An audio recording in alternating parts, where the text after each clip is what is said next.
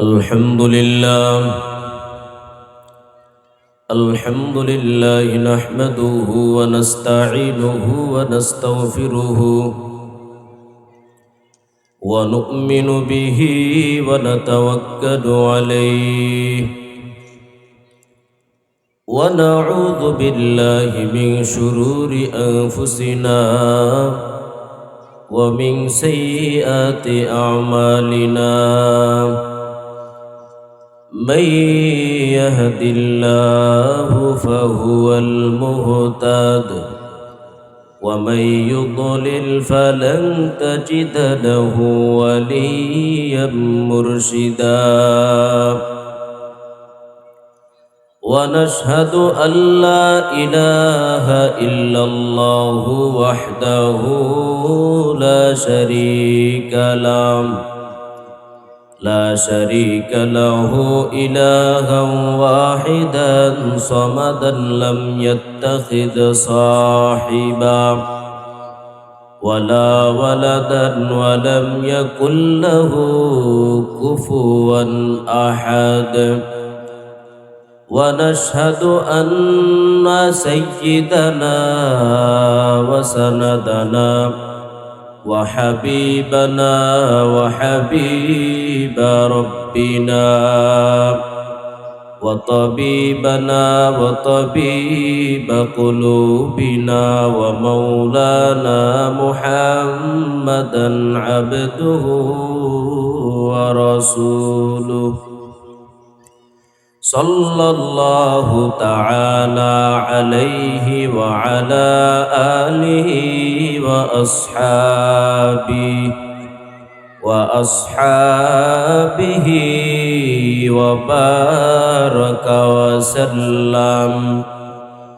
وبارك وسلم تسليما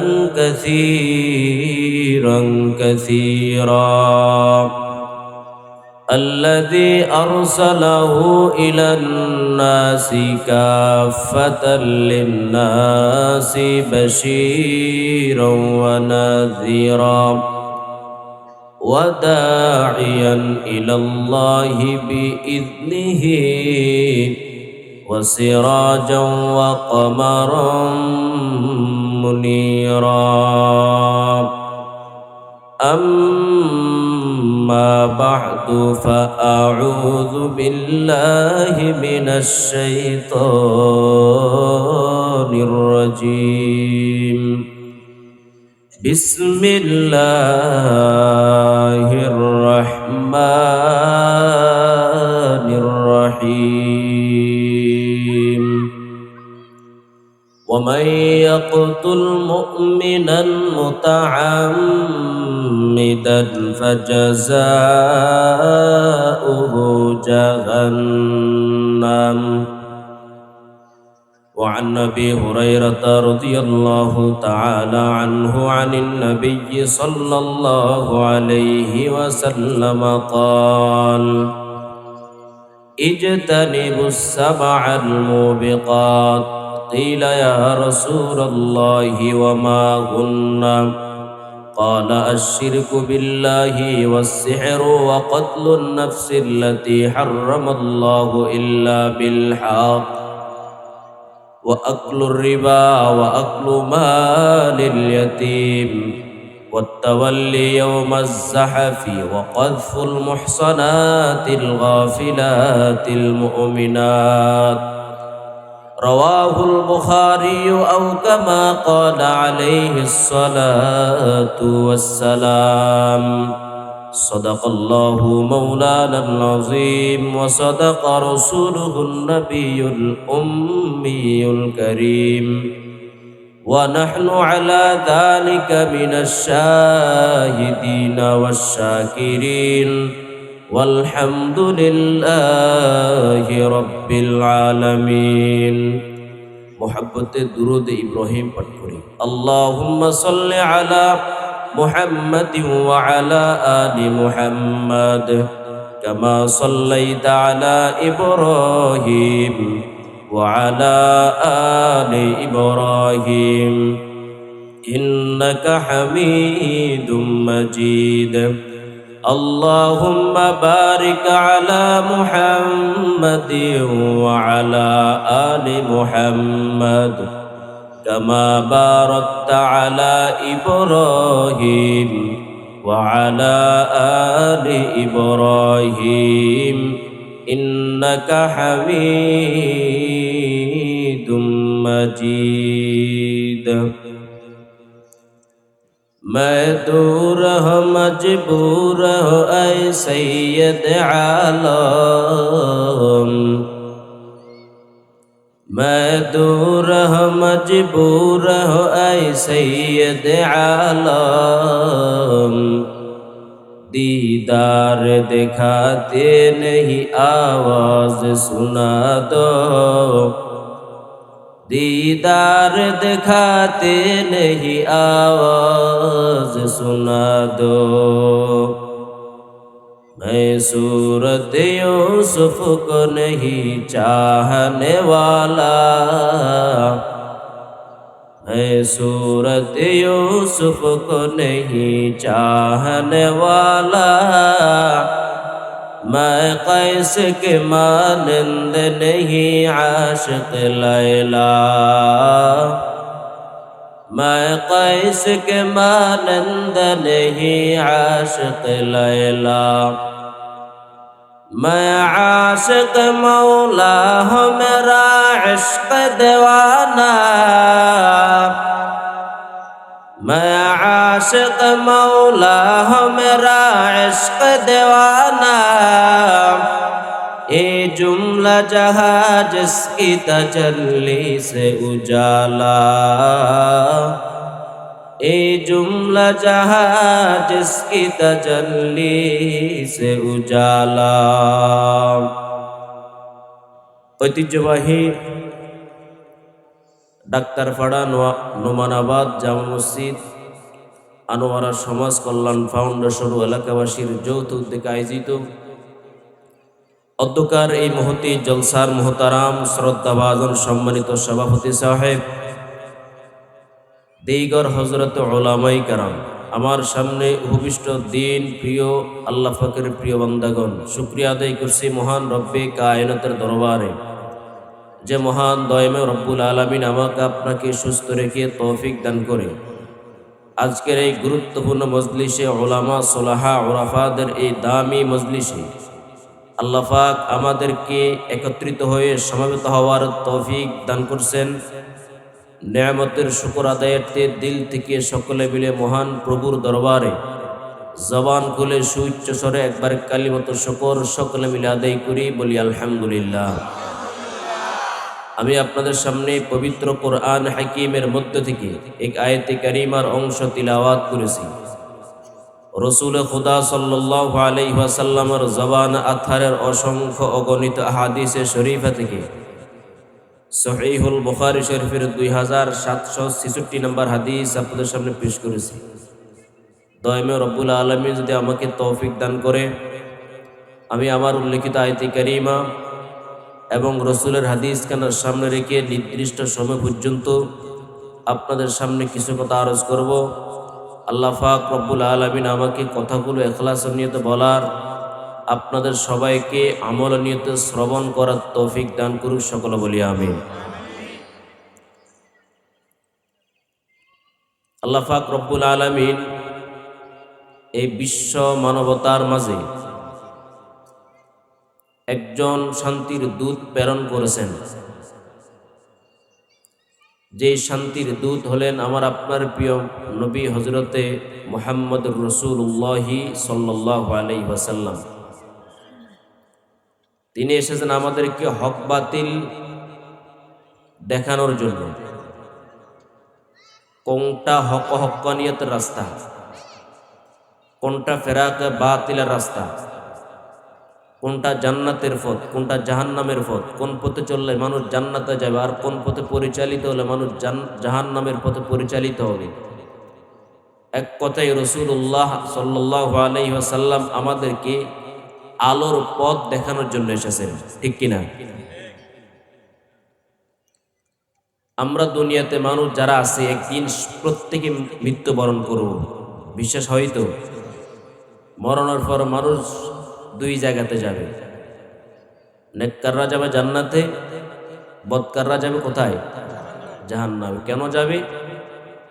আল্লাহ বলেন, মানুষ তার কৃতকর্মের কারণে, মানুষ তার অপরাধের কারণে নিজের ফলাফল ভোগ করার জন্য কেউ যাবে জান্নাতে, আর কেউ শাস্তি ভোগ করার জন্য যাবে জাহান্নামে। এজন্য জান্নাতের পথে চলতে গিয়ে অনেক সময় অনেক বাধা চলে আসে। কারণ জাহান্নামের পথে চলার জন্য, আপনি যদি জাহান্নামের পথে চলেন, শয়তান কোনোদিন আপনাকে বাধা দিবেনি, দিবে? আর যদি জান্নাতের পথে চলতে চান, তো শয়তান আপনাকে প্রতিটা কদমে কদমে ধোঁকা দিবে। বাস্তব কিনা? তো জান্নাতে যাওয়া পর্যন্ত শয়তান আমাদেরকে বাধা দিবে, ধোঁকা দিবে, ক্ষতিগ্রস্ত করবে, জাহান্নামে নেওয়ার জন্য চেষ্টা করবে। কিন্তু পয়গম্বর আরবি সাল্লাল্লাহু আলাইহি ওয়াসাল্লাম জান্নাতের পথের যে কাঁটাগুলো, যেই পথে যদি বাধার মধ্যে আমি পড়ে যাই, কাঁটাগুলো যদি আমার পায়ে লেগে যায়, তাহলে আমি ক্ষতিগ্রস্ত হয়ে যাব, জান্নাত পর্যন্ত পৌঁছাতে পারবো না। এই জন্য মানুষ তার কৃতকর্মের কারণে জাহান্নামে যায়। কিসের কারণে? কৃতকর্মের কারণে। আমি সরাসরি আলোচনার দিকে যাচ্ছি, মনোযোগ আছে তো ইনশাআল্লাহ? সহিহুল বুখারী শরীফের প্রথম নম্বর খণ্ডের হাদিস 2766 নম্বর হাদিস। আল্লাহ রাসূল বলেন, এ আমার উম্মত, তোমরা 7টা ধ্বংসাত্মক জিনিস থেকে বেঁচে থাকবা। কয়টা? যে 7টা ধ্বংসাত্মক জিনিস মানুষকে জাহান্নামে নিয়ে যাবে, জান্নাতে নিতে পারবে না। কয়টা? এই 7টা জিনিস খেয়াল রাখবেন। এই 7 কারণে মানুষ বেশিরভাগ জাহান্নামে যাবে। পয়গম্বর বলেন, ইজতানিবুস সাবআল মুবিকাত, এরে আমার উম্মতের দল, ভালো করে শুনে নাও, তোমরা 7টা ধ্বংসাত্মক জিনিস থেকে বেঁচে থাকবা। কয়টা?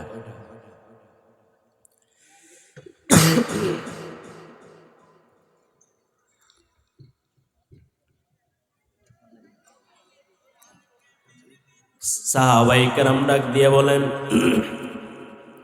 ও পয়গম্বর, যে 7টা জিনিস ধ্বংসাত্মক,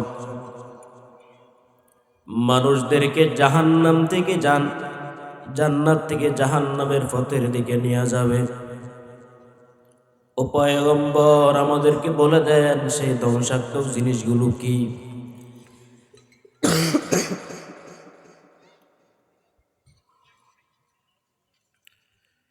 সাহাবায়ে কেরাম যখন নবীকে প্রশ্ন করেছিলেন, আল্লাহর পয়গম্বর বলেন, এরে আমার উম্মত, ভালো করে শুনে নাও, 7টা ধ্বংসাত্মক জিনিস, যে 7টা জিনিস মানুষ করলে, আমল করলে জাহান্নামে চলে যাবে,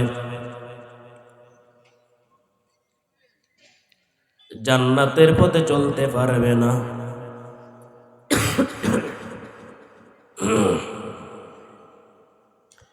এক নাম্বার হলো আশিরকু বিল্লাহ। এরে আমার উম্মত, ভালো করে শুনে নাও, 7টা ধ্বংসাত্মক জিনিস, 7টা ক্ষতিগ্রস্ত জিনিস, এগুলো থেকে তোমরা বেঁচে থাকবা। যদি তোমরা বাঁচতে পারো, জান্নাতে যাইতে পারবা। আর যদি এগুলার মধ্যে লিপ্ত হয়ে যাও, জান্নাতে যাইতে পারবা না, জাহান্নামে চলে যাইবা। তার মধ্যে প্রথম নাম্বার হলো আশিরকু বিল্লাহ, আল্লাহর সাথে শিরিক করা। কার সাথে? কার সাথে? আল্লাহর সাথে যদি তোমরা শিরিক করো, জান্নাতে যাইতে পারবা না। কারণ কোন মুশরিককে আমার আল্লাহ জান্নাতে নিবেন। যারা মুশরিক তারা বেঈমান, আর কোন বেঈমানের জন্য আমার আল্লাহ জান্নাত বানাই নাই। আমার আল্লাহ বলেন, যে ব্যক্তি শিরকের মধ্যে লিপ্ত হয়ে যাবে, আমি আল্লাহ ঘোষণা দিলাম তার জন্য আমি আল্লাহ আমার বানানো জান্নাত হারাম করে দিলাম। কোরআনের মধ্যে আল্লাহ বয়ান করেন, এরে আমার বান্দারা ভালো করে শুনে নাও, তোমরা দুনিয়ার জমিনে আসিয়া যত বড় বড় অপরাধ করবা, সব অপরাধ আমি আল্লাহ ক্ষমা করে দিব। উম্মত ভালো করে শুনে নাও, তবে তোমরা যারা শিরিকের মধ্যে লিপ্ত হইয়া যাইবা, তোমাদের শিরিকের গুনাহ আমি আল্লাহ কোনদিনও মাফ করব না। ইন্নাল্লাহা লা ইয়াগফিরু আন ইউশরাকা বিহি ওয়া ইয়াগফিরু মা দুনা যালিকা লিমান ইয়াশা। এরে পৃথিবীর মানুষ ভালো করে শুনে নাও, শিরিক জঘন্য অপরাধ, শিরিক বড় মারাত্মক। এই শিরিক অমার্জনীয় অপরাধ। আজকে আমাদের সমাজের মধ্যে শিরিক আছে কি নাই? অনেকে করে প্রকাশ্য শিরিক, আবার অনেকে করে গোপনীয় শিরিক। আমাদের সমাজের মধ্যে অনেক ভণ্ড মাজার আছে, দরবার আছে, অনেক ভণ্ড পীরের দরবার, যেখানে যাইয়া নারী পুরুষ বাবার কদমে যাইয়া সেজদা দেয়, কবর যাইয়া সেজদা দেয়। আছে কি নাই? এরা হলো প্রকাশ্য শিরিকের মধ্যে লিপ্ত মুশরিকেরা। আর যারা শিরিকের মধ্যে লিপ্ত হয়ে যাবে, আল্লাহ বলেন, গোলাম জান্নাতের আশা কোনোদিনও করবা না। এই জন্য আল্লাহর বান্দারা, পয়গম্বর বলেন, এরা আমার উম্মত, যত ধরনের শিরিক হয় প্রকাশ্য অথবা অপ্রকাশ্য, সব ধরনের শিরিক থেকে তোমরা বেঁচে থাকবা।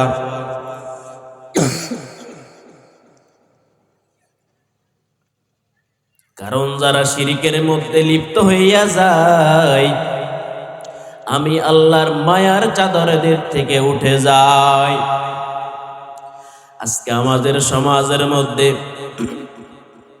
যদিও অনেকে প্রকাশ্য শিরিকের মধ্যে লিপ্ত নাই, কিন্তু অনেক হাজী সাহেব গোপনীয় শিরিকের মধ্যে লিপ্ত আছে।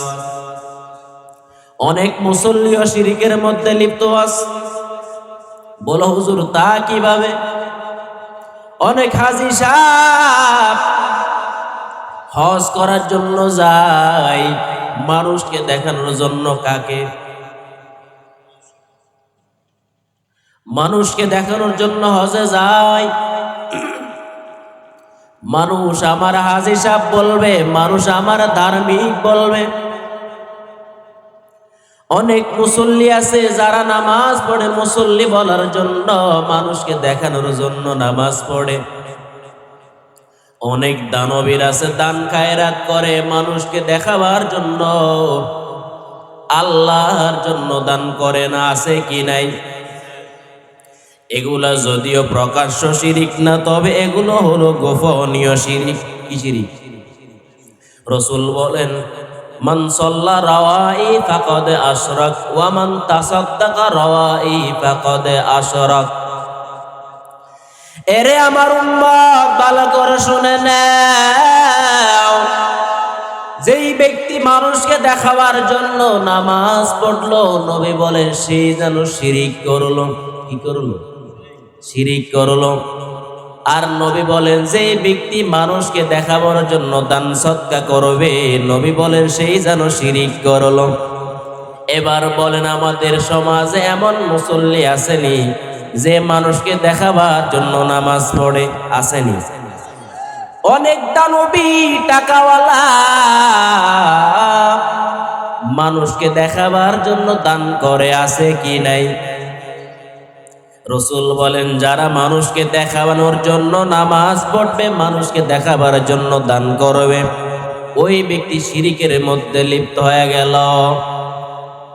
ইবনে মাজার মধ্যে বর্ণনা, সাহাবায়ে কেরাম একদিন মসজিদে নববীতে বসে বসে মুযাকারা করতেছেন, পর্যালোচনা করতেছেন একে অপরের সাথে। হঠাৎ পয়গম্বর সাহাবায়ে কেরামের মজলিসে হাজির হয়ে গেলেন। হাজির হওয়ার সঙ্গে সঙ্গে সাহাবায়ে কেরাম নিস্তব্ধ হয়ে গেলেন, একবারে সাইলেন্ট হয়ে গেলেন, কোনো কথা নাই, শব্দ নাই। নবী ডাক দিয়া বলেন, এরা আমার সাহাবায়ে কেরাম, তোমরা কি নিয়ে আলোচনা করতেছো? সাহাবায়ে কেরাম বলেন, ও পয়গম্বর, নাহনু নাতাযাকারু আল মাসিহাদ দাজ্জাল। ও পয়গম্বর, আমরা ফিতনাকারী মাসিহে দাজ্জাল সম্পর্কে আলোচনা করতেছি। আল্লাহর পয়গম্বর তখন ডাক দিয়া বলেন, এরে আমার উম্মত, তোমরা কি জানো মাসিহে দাজ্জালের চাইতেও আরো ভয়ানক ফিতনা তোমাদের মাঝে আছে? আমি কি তোমাদেরকে মাসিহে দাজ্জালের চাইতেও আরো ভয়ানক ফিতনার কথা বলবো নি? সাহাবায়ে কেরাম বলেন, ও পয়গম্বর, মাসিহে দাজ্জালের চাইতে ভয়ানক ফিতনার কি আছে একটু জানায়া দেন। নবীজি বলেন, আশ-শিরকুল খফি, গোপনীয় শিরিক হলো মাসিহে দাজ্জালের চাইতে ভয়ানক। এবার সাহাবায়ে কেরাম বলেন, নবী,